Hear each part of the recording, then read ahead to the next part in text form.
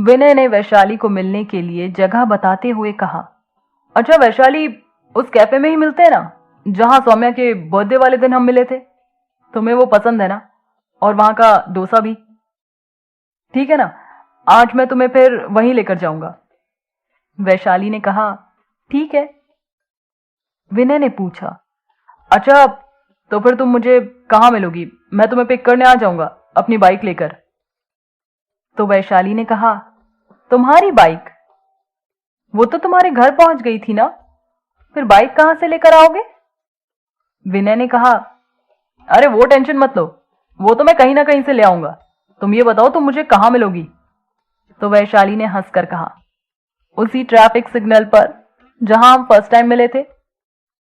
वैशाली का जवाब सुनकर विनय भी हंसने लगा। फिर बोला, अच्छा ठीक है, आ जाना 5 बजे, मिलते हैं फिर। वैशाली ने भी ठीक है कहकर फोन रख दिया। हर बार सौम्या के मजे लेने वाली वैशाली आज खुद उसी एहसास से गुजर रही थी जिससे कभी सौम्या गुजरी थी।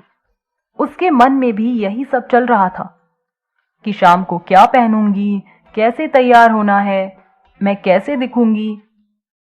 आज वो भी अपने विनय को इम्प्रेस कर लेना चाहती थी अपने लुक्स से। वैसे तो विनय पहले से ही उसका फैन बन चुका था, मगर फिर भी वैशाली आज कोई कसर नहीं छोड़ना चाहती थी तैयार होने में। इधर सौम्या ने अपनी भाभी से वो पिंक साड़ी मांगी तो उसकी भाभी हंसते हुए उसको छेड़ कर बोली, क्या बात है, साड़ी पहनकर कहां जा रही हो? सौम्या मुस्कुरा कर बोली, अरे भाभी, अब ये भी बताना पड़ेगा क्या, साहिल के साथ जाना है। फिर अपनी भाभी को छेड़कर बोली, क्या करूं, आपकी साड़ी उनको इतनी पसंद आई कि देखो ना, साड़ी के चक्कर में मुझे ही भूल गए और बोले उसी साड़ी को पहनकर आना है। उसकी भाभी उसका कान खींचते हुए बोली, अच्छा अब तू मुझे समझाएगी, चल ठीक है, पर अगर तू ऐसा कह रही है तो आज से ये साड़ी तेरी हो गई, जब चाहे तब पहन लेना। भाभी ने साड़ी देते हुए सौम्या से कहा। सौम्या हंसने लगी और बोली, अरे भाभी, मैं तो मजाक कर रही थी, और वैसे भी आपकी तो हर चीज ही मेरी है और मेरी हर चीज आपकी। फिर थोड़ी देर रुककर बोली, बस साहिल को छोड़कर, और खिलखिलाकर हंस पड़ी। उसकी भाभी भी हंसने लगी और बोली, तू ना अब बस पिटने वाली है, चल जा तैयार हो, और कुछ हेल्प चाहिए तो बोल देना। भाभी की बात सुनकर सौम्या अपने रूम में जाकर तैयार होने लगी। तैयार होते होते 4 कब बज गए सौम्या को पता ही नहीं चला। साहिल ठीक 4 बजे सौम्या को लेने आ गया और घर के बाहर से ही कॉल करने लगा जिससे सौम्या बाहर आ जाए और वो जल्दी से उसको अपने साथ लेकर वहां से जा सके। सौम्या ने उसका कॉल रिसीव कर कहा, हाँ हेलो, बताओ फिर कहाँ आना है? तो साहिल ने मुस्कुराकर जवाब दिया, बस अपने घर के बाहर तक आ जाओ, इतना ही बहुत है। साहिल की बात सुनकर सौम्या थोड़ी हैरान हो गई और बोली, मतलब तुम बाहर हो? और भागती हुई दरवाजे पर आई। देखा तो बाहर साहिल खड़ा था। वो हैरानी से देखते हुए बोली, तुमने तो बताया ही नहीं था कि तुम मुझे लेने आओगे।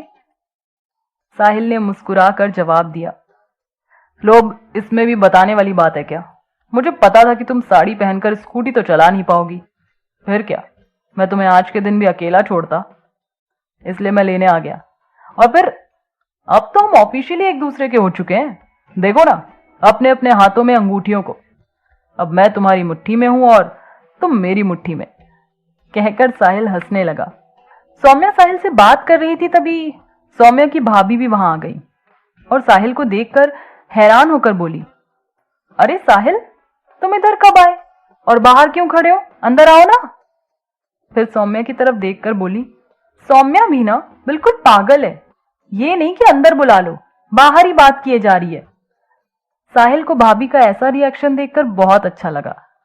वो खुश होकर बोला, आज नहीं भाभी, हम लोग फिर लेट हो जाएंगे आने में, अभी तो मैं निकलता हूं, अगर उधर से जल्दी वापस आए तो फिर मैं आ जाऊंगा, तब तक भैया भी ऑफिस से आ जाएंगे। भाभी ने हंसकर कहा, अच्छा ठीक है, जाओ तुम लोग और सुनो, एंजॉय योर डे। सौम्या हंसती हुई बाहर आई और साहिल के पीछे बाइक पर बैठ गई। दोनों ने भाभी को बाय बोला और फिर वहां से निकल दिए। सौम्या ने साहिल की पीठ पर अपना हाथ रखा और फिर प्यार से बोली, कहाँ ले जा रहे हो, ये तो बता दो। तो साहिल हंसकर बोला, अपने कमरे पर। साहिल की बात सुनकर सौम्या चौंक गई और हड़बड़ी में बोली, पागल हो क्या, इसके लिए साड़ी पहनाई थी, वहां क्या करेंगे, बस तुम और मैं। जोर से हंसता हुआ साहिल बोला, हाँ हाँ, बस तुम और मैं, क्योंकि आज का ये स्पेशल दिन मैं तुम्हारे साथ पूरी तरह एंजॉय करना चाहता हूं। आफ्टर ऑल ये अपना फर्स्ट वैलेंटाइंस डे है। साहिल की बात सुनकर सौम्या को उलझन सी होने लगी। वो थोड़ा सकुचाते हुए बोली, एंजॉय से क्या मतलब है तुम्हारा, अभी अपनी शादी नहीं हुई है, इतना ध्यान रखना।